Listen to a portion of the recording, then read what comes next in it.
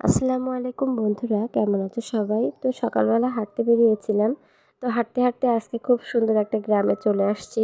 তো এখানে কিন্তু খুব সুন্দর একটা স্কুলও আছে। তো এখানে এই এলাকার বাজার মূলত। তো এই বাজারের ভিতর দিয়ে হাঁটছিলাম। তো বাজারের পাশেই কিন্তু এই স্কুলটা। তো অনেকদিন থেকে স্কুলটার নাম শুনেছি।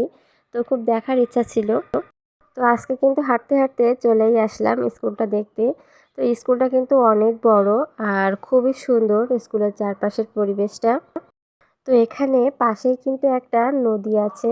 যদিও নদীটা এখন খুব বেশি একটা বড় নেই, ভরাট হয়ে গেছে। তো নদীটাও কিন্তু আমি দেখাবো। তো নদীর পরিবেশটাও কিন্তু খুবই সুন্দর ছিল। তো আমরা এখন আস্তে আস্তে স্কুলের ভেতরে যাব, দেখি স্কুলের ভিতরের পরিবেশটাও কেমন। তো এর চারপাশে কিন্তু নোনা পানির ঘের করা। আর চারপাশে নোনা পানি, মূলত এলাকায় নোনা পানির এলাকা আমাদের। আর যে গ্রামে যাই না কেন সেই গ্রামের পাশে একটা করে নদী থাকে। আর চারপাশেই থাকে মাছের ঘের করা। তো স্কুলের সামনেই একটা বট গাছ। তো আমরা আস্তে আস্তে গেট দিয়ে স্কুলের ভিতরে ঢুকলাম। তো স্কুলটা কিন্তু ঘূর্ণিঝড় আইলা এবং সিডরে অনেক বেশি ক্ষতিগ্রস্ত হয়েছিল। তো আইলা সিডরের পরে আর হয়তোবা কোনো বিল্ডিংয়ের কাজ করা হয়নি। তো সেভাবেই আছে, কয়েকটা টিনের ঘরও দেখা যাচ্ছে।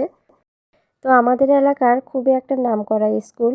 এই স্কুলটার নাম আমি অনেকদিন যাবৎ শুনে আসছি। তো অনেকদিন থেকেই দেখার ইচ্ছা ছিল, স্কুলটাতে আসার ইচ্ছা ছিল। তো আজকে ফাইনালি চলে আসলাম।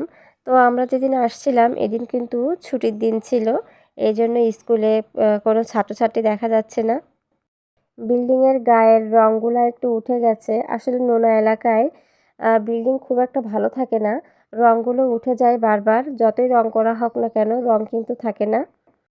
নোনা হাওয়া বিল্ডিংয়ের জন্য খুবই ক্ষতিকর হয়ে থাকে, নোনা ধরে যায় সব কিছুতে।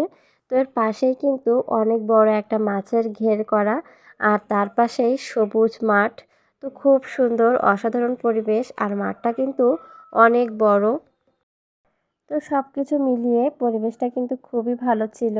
তো এখানের পরিবেশটা আমার খুব বেশি ভালো লাগছে, যেমন সুন্দর ঠান্ডা বাতাস আর তেমন সুন্দর অপরূপ দৃশ্য। তো এখানে কিন্তু কিছুক্ষণ বসেছিলাম, বসে থাকতে বেশ ভালোই লাগছিল। তো বসে বসে প্রাকৃতিক সৌন্দর্য সব কিছু উপভোগ করছিলাম। আর এখানে হয়তোবা ফুটবল খেলা হয়। তো মাঠটা কিন্তু অনেক সুন্দর খেলার মাঠ। তো আমরা কিছুক্ষণ কিন্তু এখানে ঘোরাঘুরি করেছিলাম, তারপরে পুরো গ্রামটা পুরো এলাকাটা ঘুরে ঘুরে দেখেছি। তো এই এলাকাটাও কিন্তু অনেক বেশি সুন্দর ছিল, একদম নদীর পার্শ্ববর্তী একটা গ্রাম। আর এখানে পরিবেশটা সত্যি খুবই অসাধারণ। আর এই স্কুলগুলোতে ঘুরতে আসলে কিন্তু নিজের ছাত্র জীবনের কথা খুব বেশি মনে পড়ে যায়। খুব বেশি সুন্দর সময় ছিল ছাত্রজীবন। তো যাই হোক, আজকের ঘোরাঘুরিটা খুবই ভালো ছিল। তো সবাই ভালো থাকবেন, সুস্থ থাকবেন। আল্লাহ হাফেজ।